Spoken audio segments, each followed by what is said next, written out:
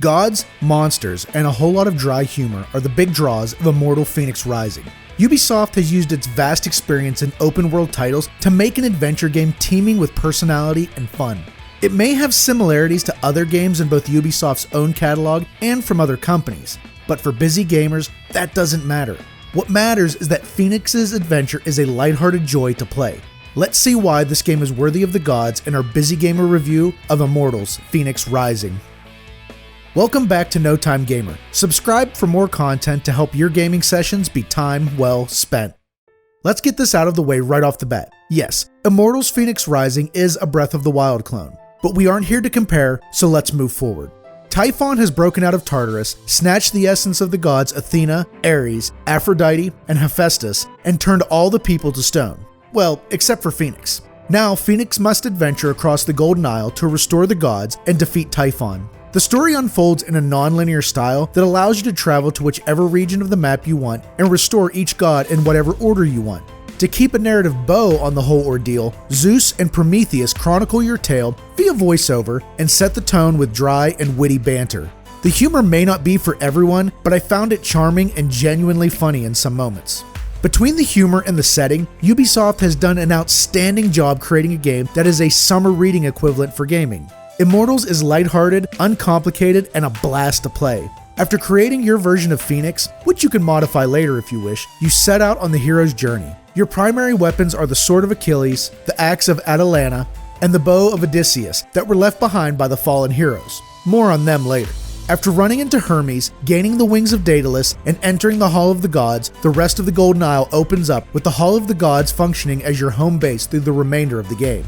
Exploring the Golden Isle is a treat. It's a beautifully designed location that is a joy to explore. After climbing to the top of any one of the 4 primary statues located in each region, you'll have a chance to use Farsight to scout for goodies and challenges. Or you don't have to. If you prefer to explore and find all the secrets without guidance, just skip the Farsight feature. I did a combo of both, and it made for surprises in my journey and a reliable guide to find where critical resources were hiding if I needed them fast. This may sound like another Ubisoft game full of busywork icons, but most of the icons on your map are easy to check off, and you'll want to regularly upgrade and unlock powers to keep the difficulty in check. Nothing is level locked, but if you want a more relaxing experience, keep gathering resources to keep Fenyx strong. Different plants can be used for potions, various challenges can be used to gain coins of Charon, and Zeus's lightning and ambrosia can be used to increase stamina and health respectively. The various challenges might seem like busy work, but only take a try or two to complete and are surprisingly fun. And chests are in the open or protected by a simple puzzle or combat encounter. Lightning is the hardest to get, but also the most fun since it's found at the end of almost every Vault of Tartarus. The vaults are the mini dungeons spread across the Golden Isle. Each one is a puzzle, platformer challenge, combat encounter, or some combination thereof. And each region also has a god or goddess vault and wraith vault. The God or Goddess Vault is a large vault that needs to be completed as part of the main story quest. These are the longest sections of the game, so make sure to leave a little extra time to play when you start, though progress is saved throughout the vault.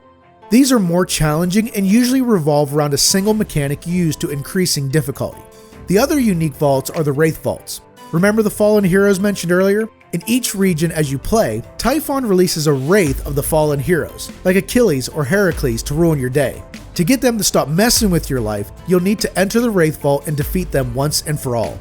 The Wraith Vaults are optional, but a blast because of the combat.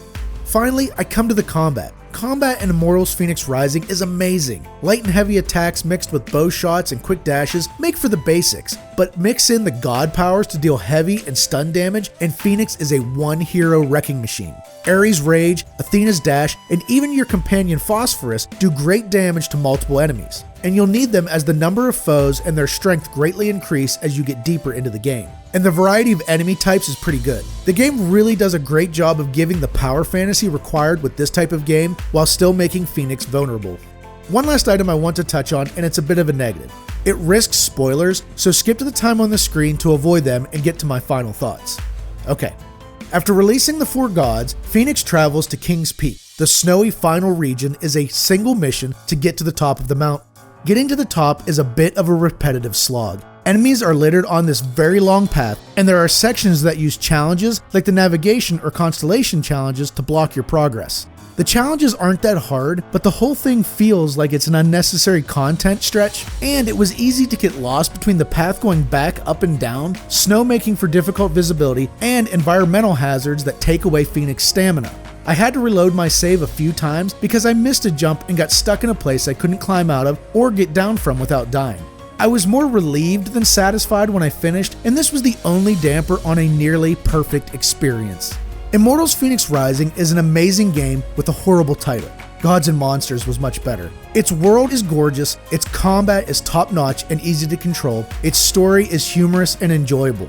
I really loved almost every minute of playing this adventure, and it's one of my favorite games to come out in 2020. And it's the perfect kind of escapist experience for busy gamers. So for busy gamers, Immortals Fenyx Rising is time well spent. What was your favorite Greek myth to learn about growing up? Let us know in the comments. If you like more Greek gameplay, check out our review of Assassin's Creed Odyssey or watch this other video we recently made.